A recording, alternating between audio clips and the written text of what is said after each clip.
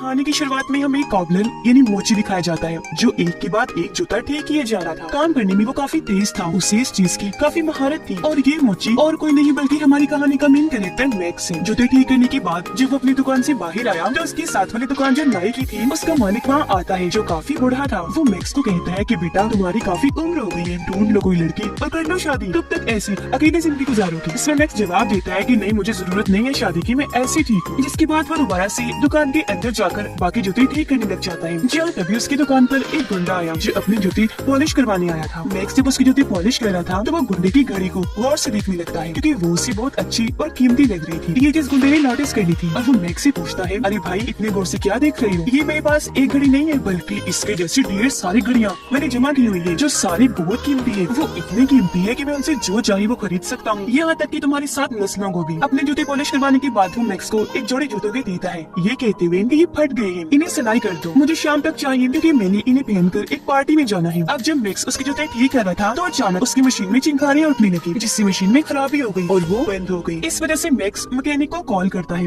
और उससे कहता है कि मुझे अपनी मशीन अर्जेंट ठीक करवानी है। इस पर मैकेनिक ये कहकर मना कर देता है कि भाई देखो 2-3 दिन तक मैं बहुत मसरूफ हूँ तो इतने जल्दी तुम्हारी मशीन ठीक नहीं कर सकता। जो सुनकर मैक्स परेशान हो गया क्योंकि उसे कैसे भी करके शाम तक गुंडे की जूते ठीक करके देनी थी। तभी उसे याद आया कि बेसमेंट में भी हमारी एक काफी पुरानी मशीन पड़ी है जिसे पहले मेरे डैड इस्तेमाल करती थी, उनसे पहले दादा और फिर उनसे पहले परदादा, यानी वो खानदानी मशीन थी। अब उस मशीन पर जाकर मैक्स गुंडे के जूते आराम से ठीक करने लगता है और वो जूते ठीक करने में कामयाब रहता है। जिसके बाद वो रात भर गुंडे के आने का इंतजार करने लगा। पर जब वो नहीं आया तो मैक्स जूतों का नंबर देखता है जो 10:30 था। वो सोचता है ये तो मेरा ही नंबर है, चलो पहन के देखता हूँ। अब जैसे उसने जूते पहने हैरत हो गई, गुंडे का रूप नहीं रहता है। जब उसने शीशे में देखा कि मैं गुंडा बन गया उसे झटका लगा। अब वो जैसे जूते उतारता है दोबारा से अपने रूप में वापस आ जाता है। फिर वो जाकर दुकान बंद करता है। वापस आकर उसने दोबारा जैसे जूते पहने वो फिर से गुंडा बन जाता है। चौंक कर एक जगह पर बैठ गया। उसे कुछ समझ नहीं आ रही थी कि आखिर ये मेरे साथ हो क्या रहा है। वो 10:30 नंबर की और जूते ढूंढता है जो उससे मिल भी जाते हैं, लेकिन जब उसने पहने तो उसका रूप नहीं बदला। अब की बार वो हैरान रह गया ये सोचकर कि ये क्या हुआ, अब मैंने ऐसा क्या कर दिया जो ये जूते पहने से भी मेरा भेस नहीं बदला। उसने जब ज़हन पर जोर डाला तो उससे याद आया, ओ हाँ, मैंने गुंडे के जूते अपनी मशीन से नहीं बल्कि उस पुरानी मशीन से सिलाई किए थे, तो शायद उसमें ही कोई जादू है। इसीलिए अब वो किसी और के जूते उस मशीन से ठीक करता है। टांके लगाकर उसने जैसे जूते पहने वो अब सच में जूतों के मालिक का भेस ले लेता है। जिसके बाद वो कई सारे जूतों को टांके लगाकर उन्हें पहन कर देखता है क्योंकि जब भी उसका रूप बदलता था उसे बहुत मजा आ रहा था। ऐसा लग रहा था जैसे किसी छोटे बच्चे के हाथ में कोई अनोखा खिलौना लग गया हो। वो गलती से एक बड़े आदमी के जूते पहन लेता है जिसका चेहरा जख्मी डरावना था। ये रूप लेकर वो जैसे शीशे में देखता है, डर की वजह से उसकी तो हालत ही खराब हो जाती है। अब ना जाने उसके दिमाग में क्या आता है, वो एक लड़की की हाई हील वाला जूता उठा लेता है, उन्हें टांके लगाकर जब पहनता है तो वो उसी औरत का रूप ले लेता है जो औरत जवान नहीं थी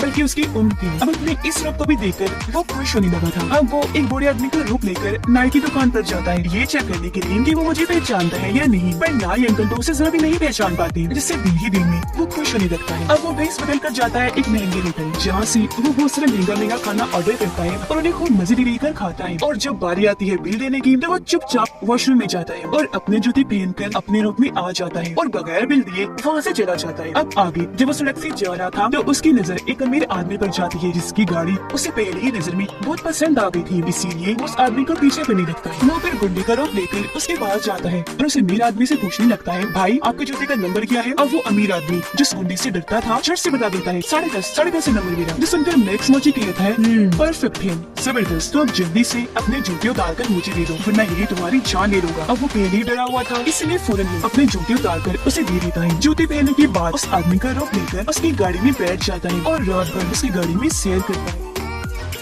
मस्ती से गाड़ी चलाता है क्योंकि उसे बहुत मजा आ रहा था। इस वजह से भी वो खुश था क्योंकि अब से पहले वो तो बस आम लोगों के जूते ही पहन चुका था। आगे वो अपने घर जाता है जहाँ हम उसकी बूढ़ी माँ को देखते हैं जिनसे वो बहुत प्यार करता था, पर आजकल बेचारी बहुत बीमार रहने लगी थी, बिस्तर पर ही पड़ी रहती है। वो अपनी मॉम से पूछता है कि माँ अगर जिंदगी में आपको किसी जैसा बनने का मौका मिलता तो आप क्या बनती? जिस पर उसकी मॉम जवाब देती है, कुछ भी नहीं बेटा, मैं तुम्हारी माँ बनकर ही खुश हूँ, लेकिन अगर ऐसा मुमकिन होता तो मैं आखिरी बार तुम्हारी डैड की शादी न करना पसंद करती, लेकिन क्योंकि तुम्हारी डैड तो मर चुकी है तो ये चीज तो मुमकिन ही नहीं। अगले अगले दिन मैक्स जो अपनी दुकान पर था तो एक बहुत ही खूबसूरत लड़की उसकी दुकान पर आती है अपने दोस्त के जूते ठीक करवाने के लिए। मैक्स उसे देखता ही रह गया, फिर कहता है मैम आप बिल्कुल भी परेशान मत होइए, मैं इन जूतों को एकदम फिट करके रख दूंगा, वो भी बहुत थोड़े ही टाइम में। फिर शाम को लड़की के दोस्त के जूते ठीक करके वो उन्हें खुद ही पहन लेता है और उसके दोस्त का रूप लेकर लड़की के घर पहुंच जाता है जहाँ वो वॉशरूम में नहा रही थी। तो वो भी अंदर घुस जाता है। अब तभी मैक्स को याद आता है कि अगर ये जूता गलती से भी उतर गया और लड़की ने मेरा असली रूप देख लिया तो मेरा ये खेल खत्म तो होगा ही, साथ ही मैं जेल भी चला जाऊंगा। इस वजह से वो काफी डर गया, जल्दी से वहाँ से भागकर अपनी दुकान पर आ जाता है। यहाँ आज वो अपने डैड के जूतों पर टांके लगाकर उन्हें पहन लेता है और बन जाता है बिल्कुल अपने डैड जिन्हें वो बहुत याद किया करता था और बहुत प्यार भी करता था। फिर अपने बाप का ये रूप लेकर वो घर पहुंचा जहाँ उसकी मॉम अपने हस्बैंड को दोबारा जिंदा देखकर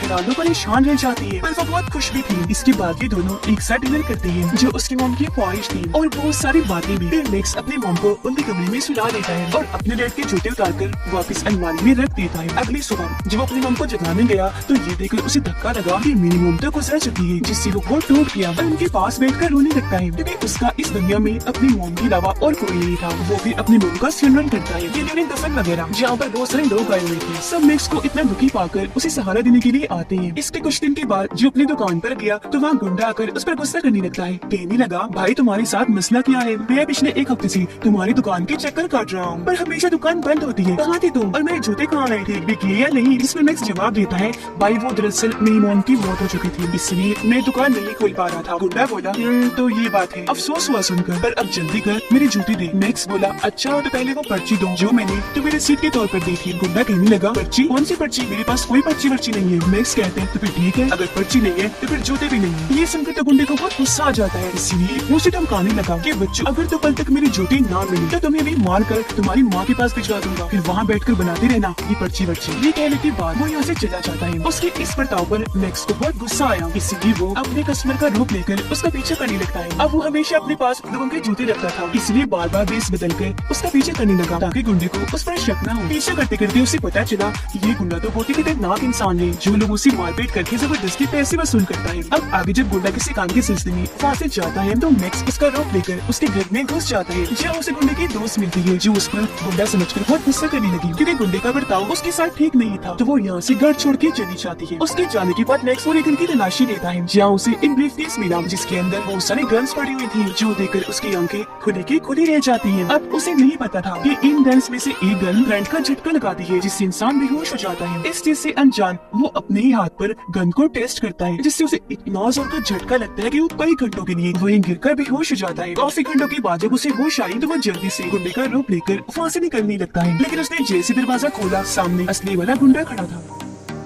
अब अपने बहरूपिये को अपने ही घर में पाकर उसे बहुत बुरा लगा। उसे हैरत तो हुई लेकिन वो उस पर झपट पड़ता है, उसे बहुत सारे मुक्के मारता है और जान से मारने की कोशिश करता है, पर उससे पहले मैक्स झटके वाली गन से उस पर शॉट करता है। गुंडे को भी जोरदार झटका लगा जिससे वो वहीं गिरकर बेहोश हो जाता है। इस चीज का फायदा उठाकर मैक्स जल्दी से उसे रस्सियों की मदद से बांध देता है। आगे जब गुंडे का होश आई तो वो अपने सामने एक बच्चे को पाता है जो जाहिर है और कोई नहीं बल्कि मैक्स ही था। वो गुंडे से कहते हैं कि देखो भाई मैं तुम्हें कोई नुकसान नहीं पहुंचाऊंगा, तो मुझे बस इतना बता दो कि वो तुम्हारी महंगी महंगी घड़ियां कहाँ रखी है। इस पर गुंडा हंसने लगा ये कहते हुए कि मैं तो नहीं बताऊंगा और हाँ बस मुझे यहाँ से निकलने दे, फिर देखना मैं तुम्हें जान से मार डालूंगा। मैक्स हंसते हुए बोलता है पागल हो क्या, तुम रस्सियों में बंधे हुए हो, मुझे मारने के लिए तुम्हें पहले इन रस्सियों से आजाद होना पड़ेगा। जिसके बाद वो उसी औरत का रूप लेकर दोबारा से गुंडे के पास आया और उसे धमकाने लगता है कि जल्दी बता दो वो घड़ियां कहाँ रखी है वरना मैं तुम्हारा वो हाल करूंगा कि तुम याद रखोगे। इस धमकी से गुंडा थोड़ा घबरा गया, इसीलिए उसे घड़ियों का पता बता देता है कि वो कहाँ है। घड़ियां लेने के बाद मैक्स वहाँ से जाने ही वाला था कि तभी वो दरवाजे के सुराग से देखता है कि बाहर भी दो लड़के खड़े हैं जो गुंडे ही लग रहे हैं, इसलिए वो वापस गुंडे के पास आकर पूछता है ये दोनों कौन है। इस पर गुंडा जवाब देता है कि ये दोनों मेरे ही लड़के हैं जो मेरे एक इशारे पर किसी को भी कहीं भी मार सकते हैं। फिर गुस्से मैक्स उससे पूछता है कि बकवास बंद करो, अपनी तारीफें करना बंद करो, बताओ कि ये यहाँ क्या करने आई है। गुंडा जवाब देता है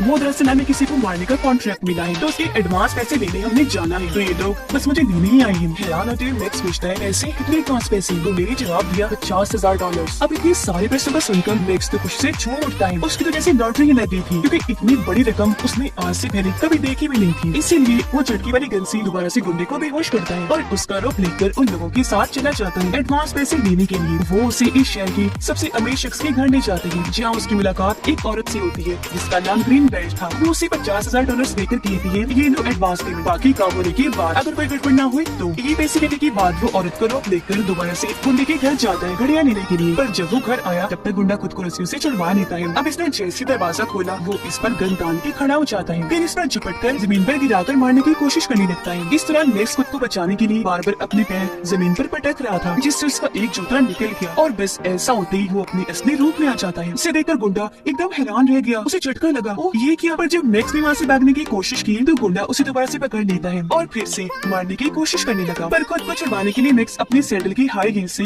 उस पर हमला करता है। हाई हील गुंडे की गर्दन में घुस गई, जिससे वो वहीं गिर गया। उसका गला फट गया था, जिसमें से वो सारा खून आने लगा और यहीं पर गुंडे की मौत हो जाती है। अब ये देखकर मैक्स काफी परेशान रह गया, वो डर भी गया था क्योंकि आज से पहले उसने इतना बड़ा गुनाह नहीं किया था। वो वहाँ से भाग जाता है, घबराहट में घड़ियां पैसे भी वहीं भूल गया था। घर जब आया तभी उसे सुकून नहीं आ रहा था, उसे दुख हो रहा था। इसीलिए खुद को इस चीज की सजा देने के लिए वो पुलिस स्टेशन पहुंचा, जहाँ पर वो ऑफिसर्स को सारी बात बताकर खुद को उनके हवाले कर देता है। लेकिन जब पुलिस वाले उसके साथ उनके घर आए तो वहाँ लाश तो दूर की बात, उसके खून का हल्का सा निशान भी नहीं मिलता और तो पैसे और घड़ियां भी वहाँ से गायब हो चुकी थी। जो सब देखकर मैक्स काफी हैरान और परेशान रह गया कि ये क्या हो गया। अब ये देखकर पुलिस को गुस्सा आया क्योंकि उन्हें लग रहा था कि मैक्स पागल है और इसने हमें भी पागल बनाने की कोशिश की। इसलिए वो मैक्स को कहते हैं या तो तुम किसी मेंटल हॉस्पिटल में जाकर दिमागी डॉक्टर को चेक करवाओ या खुद ही पागल खाने दाखिल हो जाओ। जो कहकर वो यहाँ से चले जाते हैं। अब जब मैक्स अपनी दुकान पर वापस आया तो वहाँ उसे पैसों और घड़ियों से भरा हुआ बैग भी मिल जाता है और साथ ही उस औरत की हाई हील्स भी, जिन्हें देखकर वो काफी हैरान रह गया। सोच भी बढ़ जाता है अब ये काम किसने किया होगा। जिसके बाद वो बैग को उठाकर कहीं जाने ही लगा था, तभी साथ वाली दुकान की नाई आकर उसे कहने लगती है मैक्स बेटे तुम क्या कर रहे हो, जब से तुम्हारी मॉम गुजरी तुम ठीक से दुकान ही नहीं खोल रही, कभी आती हो कभी नहीं आती, ये क्या चल रहा है सब। इस पर मैक्स जवाब देता है अंकल अभी मैं काम से जा रहा हूँ, किसी के पैसे लौटाने हैं, तो इस टॉपिक पर आकर आपसे बात करता हूँ। इस पर नाई उसे कहने लगा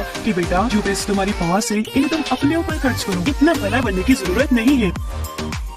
मैक्स को उसकी बात की समझ नहीं आई कि आखिर वो कहना क्या चाह रही है और क्योंकि वो भला इंसान था तो किसी के पैसे भी नहीं रख सकता था, इसीलिए नाई की बात सुने बगैर ही वो पैसे लौटाने चला जाता है। वो औरत का रोक लेकर ग्रीन बेल्ट के पास पहुंचा और उसे कहने लगा कि वो गुंडा आपका काम नहीं कर सकता, उसकी तरफ से मैं आया हूँ तो लीजिए अपने पैसे वापस। ये सुनकर ग्रीन बेल्ट कहती है कि मेरे लिए ये पैसे कोई मायने नहीं रखते, मुझे तो बस अपना काम चाहिए। जो कहने के बाद वो अपने आदमी को भेजकर मैक्स पर हमले करवा देती है। उन्होंने मैक्स को मारकर बेहोश कर दिया और ये उसे अगवा कर लेती है। फिर जब दो लोग उसे अगवा करके ले जा रहे थे तो वो जूते बदलकर उस बुरे आदमी की जूती पहन लेता है जो डरावना सा था, जिसके चेहरे पर निशान थी। उसका रूप लेकर ये दोनों को डरा देता है और क्योंकि चेहरा सच में बहुत अजीब था तो वो दोनों लोग डर जाते हैं। उन पे गाड़ी पर से ध्यान हट गया जिससे एक्सीडेंट हो जाता है। इसमें वो दो लोग तो जख्मी हो गए थे और मैक्स बड़े ही अंदाज से गाड़ी से उतरता है और वहाँ से चला जाता है। अगली सुबह अपनी दुकान पर बैठकर वो जब कोल्ड ड्रिंक पी रहा था तो वो गलती से वहाँ गिर जाती है। जब उसका ध्यान इस तरफ गया तो उसके हाथ एक कागज लगता है जो एक पोस्टर था जो उसे एक लड़की ने दिया था जो एक जगह पर वर्कर थी और वो एक बूढ़े आदमी को बचाना चाहती थी क्योंकि कुछ लोग जबरदस्ती उस बूढ़े आदमी से उसका घर खाली करवाना चाहती थी। पोस्टर को देखकर मैक्स को याद आया कि यही वो बूढ़ा आदमी है जिसे ग्रीन बेल्ट गुंडे की हाथ मरवाना चाहती थी। इसलिए मैक्स अगले ही दिन उस वर्कर लड़की से मिलता है और उसे इस सब के बारे में बता देता है। तो ये दोनों जल्दी से उस बूढ़े आदमी के पास पहुँचे उसे इस सब के बारे में आगाह करने के लिए। वो बूढ़ा आदमी इन्हें अंदर बुलाता है, कहने लगा कि तुम दोनों का बहुत बहुत शुक्रिया, अच्छा किया कि तुमने मुझे बता दिया कि कुछ लोग मुझे मारना चाहते हैं, लेकिन हाँ कुछ भी हो जाए मैं ये घर खाली करने वाला नहीं हूँ क्योंकि मैं यही बना पड़ा हूँ। इस घर में मेरी यादें हैं, तुम मरोगा भी मैं इधर हूँ। अब मैक्स को एक आइडिया आता है, वो बूढ़े आदमी से पूछने लगा अंकल आपको किस नंबर का जूता आता है। तो वो बताने लगा ये 10:30 बेटा। उसमें मैक्स सोचता है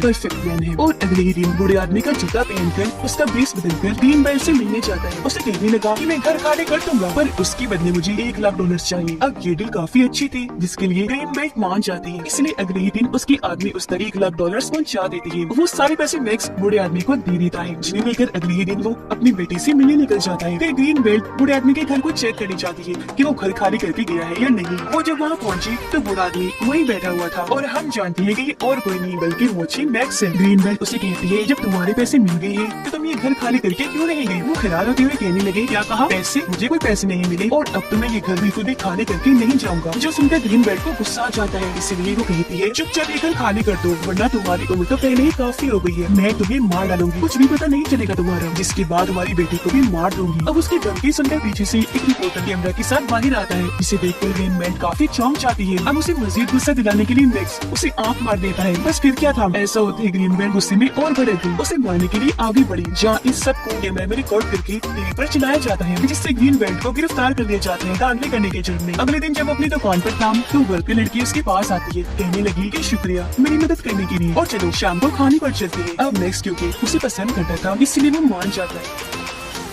गुंडे की दोस्त नाराज थी तो उसे मनाने के लिए वो गुंडे का रूप लेकर उसके दोस्त के घर गया और उसे वो महंगी घड़ियां गिफ्ट के तौर पर देता है ताकि वो मान जाए। ये करके जब वो वापिस आ रहा था तो कुछ लोग उसे असली बना गुंडा समझकर अगवा कर लेते हैं और अपने साथ लेने जा रहे थे, पर तभी उनकी गाड़ी का एक्सीडेंट हो गया, इसलिए मैक्स भी बेहोश हो जाता है और जब उसकी आंख खुलती है तो वो खुद को नाई अंकल की दुकान पर पाता है, जो उसे एक ताकतवर चीज मुरब्बा देते हुए कहते हैं कि बेटा ये खा लो, थोड़ा सा खा लो बेशक। इसमें मैक्स कहता है नहीं अंकल मुझे नहीं खाना, मुझे पसंद नहीं है। नाई कहता है बेटा जिद ना करो, थोड़ा सा खा लो, क्योंकि जिस तरह तुम बार बार एक जिस्म से दूसरे जिस्म में जा रहे हो ना, ये तुम्हारी जान के लिए खतरा है, तब ये मुरब्बा ही तुम्हारे काम आ सकता है। ये सुनकर मैक्स काफी हैरान रह गया, उससे पूछता है क्या मतलब है आपका, आपको कैसे पता कि मैं एक जिस्म से दूसरे में जाता हूँ। इसमें वो कहने लगा तुम्हें क्या लगता है बेटा, मैं सिर्फ नाई हूँ और यहाँ बस लोगों के बाल बनाता हूँ, नहीं मैं भी एक मोची हूँ और तुम्हारे जैसे काम करता हूँ। ये कहकर वो जूते उतारते हैं और वापस अपनी असली रूप में आ जाती है, जो और कोई नहीं बल्कि मैक्स की डैड थी, जिन्हें देखकर मैक्स को अपनी आंखों पर यकीन नहीं आता। वो चौंक जाता है क्योंकि उसकी डैड जिंदा थी, जो सालों से नाई का रूप लेकर मैक्स के साथ वाली दुकान पर काम करते थे। इन्होंने ही गुंडे की लाश को वहाँ से गायब किया और पैसों घड़ियों से भरा हुआ बैग मैक्स की दुकान पर लाकर रख दिया ताकि उनके बेटे पर कोई मुसीबत न आए और वो इन पैसों घड़ियों से अमीर बन जाए। जब भी तो नाई के रूप में उन्होंने कहा था कि तो इन पैसों को अपने लिए खर्च करो। अपने डैड को जिंदा पाकर वो बहुत खुश हो गया और फौरन उनके गले से लग जाता है, पर थोड़ी ही देर के बाद उसे उन पर गुस्सा भी आने लगा, इसीलिए वो पूछ लेता है क्या आपको कभी मेरी या मॉम की याद नहीं आई। जिस पर वो कहते हैं कि आती थी, हर पल आती थी, पर मैं तुमसे तो मिल लेता था, तुम्हारी मॉम से नहीं मिल सकता था क्योंकि मैंने जब बुरे काम किए उस वजह से कुछ लोग मेरे पीछे पड़े हुए थे। अब मैक्स उनसे पूछता है अच्छा डैड बताइए वो जादुई मशीन हमारे पास कहाँ से आई। इस पर वो जवाब देती है कि वो एक महान आदमी ने